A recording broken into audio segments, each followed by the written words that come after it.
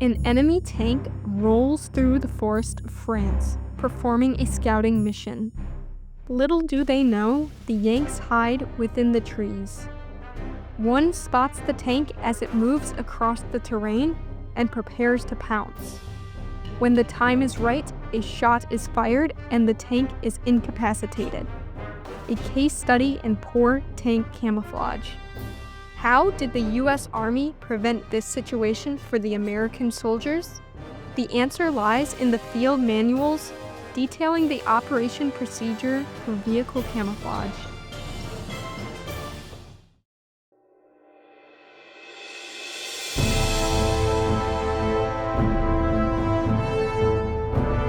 When noting the importance of camouflage, it is necessary to understand the effects of a poorly concealed vehicle.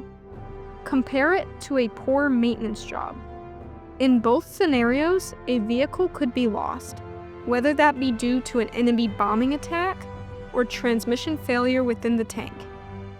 However, in the case of an enemy attack, the sighting of this vehicle to the enemy could lead to the discovery of a unit, disclosure of tactical plans, and possibly destruction.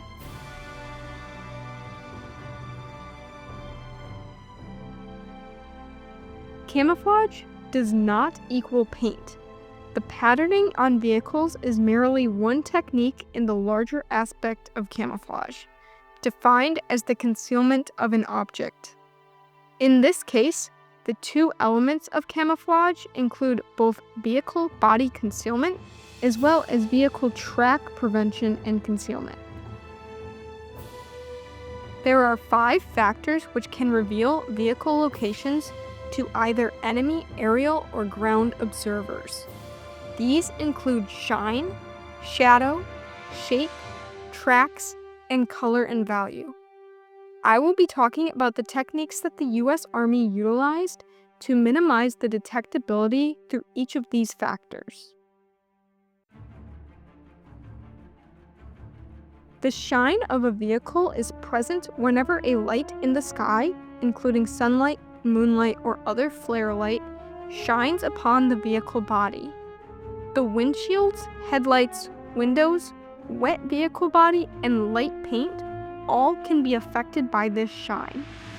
In this case, it was necessary to conceal all of these parts. Soldiers typically used blankets, shelter halves, or dark-colored burlap to cover the windshield. Foliage could be used to cover vehicle headlights. Drivers could make easy slip-on covers for the vehicle that could keep them covered quickly. In some cases, even applying mud and leaves to the windshield could help. Vehicle shadows could be cast through the sunlight, revealing the identity of a vehicle location even if an attempt was made to hide it. One mitigation technique was to utilize the negative area of other shadows, such as those cast by buildings. Parking a vehicle among a pre-existing shadow would remove the effects of the own vehicle's shadow.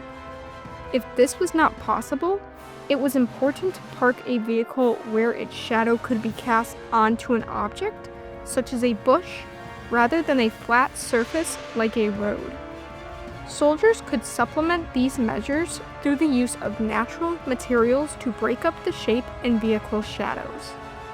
Cutting foliage and placing it around the vehicle could help disguise it. In the case of both shadows and shine, artificial materials such as nets could be propped over the vehicle. These were not recommended in snowy environments due to the excessive maintenance and hard-to-handle nature this would involve.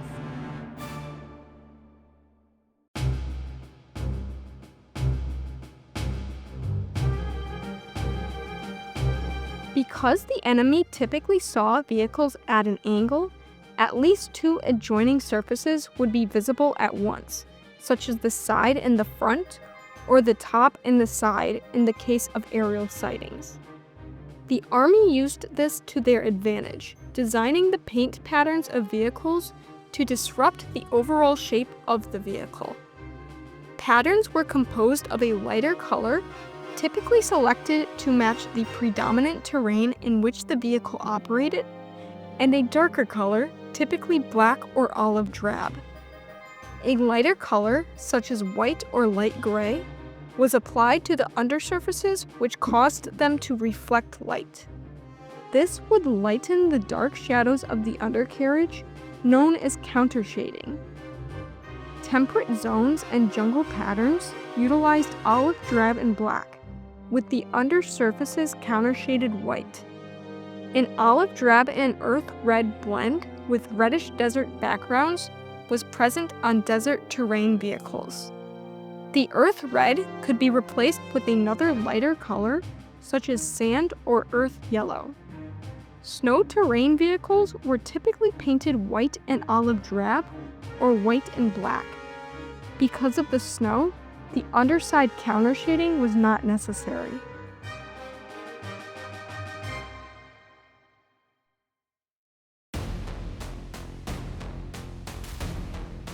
Moving on to the concealment of the vehicle tracks, the first use case is positioning.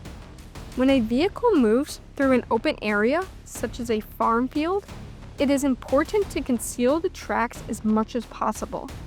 To do this, operators did their best to ensure tracks ran parallel to natural terrain lines rather than cutting through large empty fields against the terrain. Another factor in track concealment is misdirection. Sometimes it may be impossible to prevent the overlay of tracks on a visible area. In this case, it is best to direct the tracks in a way that may confuse the enemy, preventing them from determining the exact location of a unit. An additional consideration is the concealment of roads themselves that the vehicles drive on. It was important for reconnaissance parties to find partially concealed roads which provide overhead cover from airman visibility. In cases of overhead gaps, artificial screens could be erected. Wiping tracks by brushing with weeds or raking debris over them was also a form of track concealment.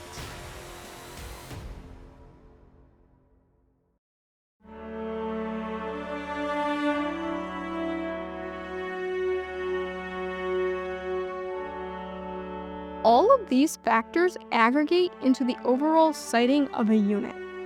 Good sighting involves occupying terrain without altering its appearance, so enemy observers are unable to spot a unit position.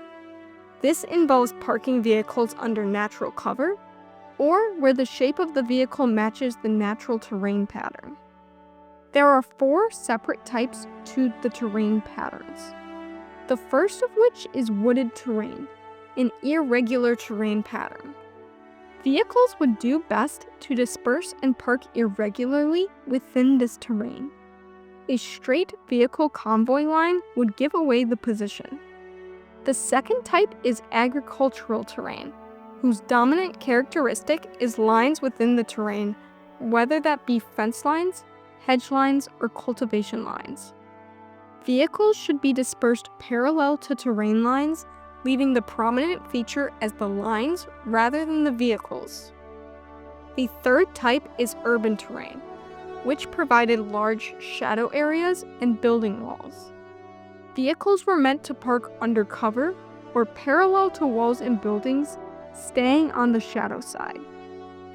The last type is barren terrain, in which vehicles were to disperse and park within the folds of the ground and rock to provide at least as much concealment as is available. In all of these terrain types, it is noted that dispersion of the vehicles is of the utmost importance. Not only does this aid in camouflage from enemy personnel, but should an attack be commenced upon the unit, it will be less effective with vehicles parked in a non-uniform manner. Mastering these camouflage techniques saved American soldiers' lives throughout the war. Today, the colors and materials may have changed, but the core principles are still applied on the modern battlefield.